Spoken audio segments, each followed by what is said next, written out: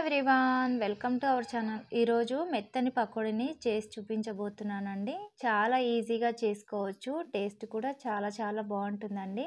మరి మెత్తని పకోడీని ఎలా చేసుకోవాలో ఇప్పుడు చూసేద్దాం ఫ్రెండ్స్. ముందుగా గిన్నెలో 1 కప్పు ఉల్లిపాయలు వేసుకోవాలి. 2-3 పచ్చిమిర్చిని చూడండి ఇలా సన్నగా కట్ చేసుకొని వేసుకోవాలి. సన్నగా కట్ చేసుకున్న కరివేపాకు వేసుకోవాలి. 1 టీ స్పూన్ అల్లం తురుము, 1/2 టీ స్పూన్ జీలకర్ర, 1/2 టీ స్పూన్ క్రష్ చేసుకున్న వాము వేసుకోవాలి.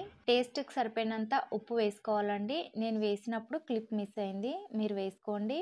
1/2 టీ స్పూన్ వంట సోడా, 1/2 టీ స్పూన్ పసుపు వేసుకోవాలి. సన్నగా తరిగిన కొత్తిమీర వేసుకోవాలి.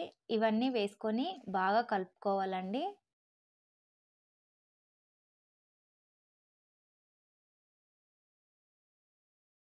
ఈ విధంగా బాగా మిక్స్ చేసుకోవాలి.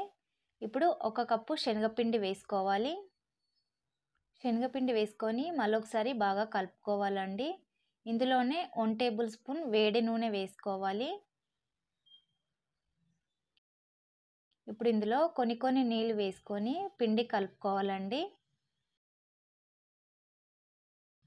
బజ్జీల పిండిలాగా పిండిని లూజ్గా కలుపుకోవాలి.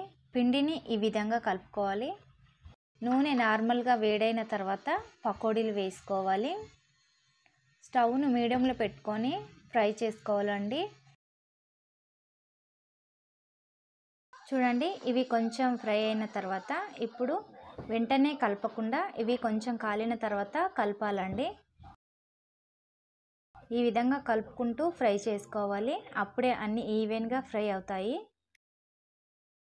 పకోడీ ఇలా ఫ్రై అయిన తర్వాత ఆయిల్లో నుంచి తీసి ప్లేట్లో వేసుకోవాలి. వేడిగా మెత్తని పకోడీ రెడీ అయిపోయిందండి. చాలా టేస్టీగా, చాలా ఈజీగా రెడీ చేసుకోవచ్చు అండి. టేస్ట్ కూడా చాలా బాగుంటుంది. చూసారు కదా ఫ్రెండ్స్, ఈ వీడియో మీకు నచ్చినట్లయితే లైక్ చేయండి, షేర్ చేయండి, నా ఛానల్ని సబ్స్క్రైబ్ చేసుకోండి. Thank you for watching.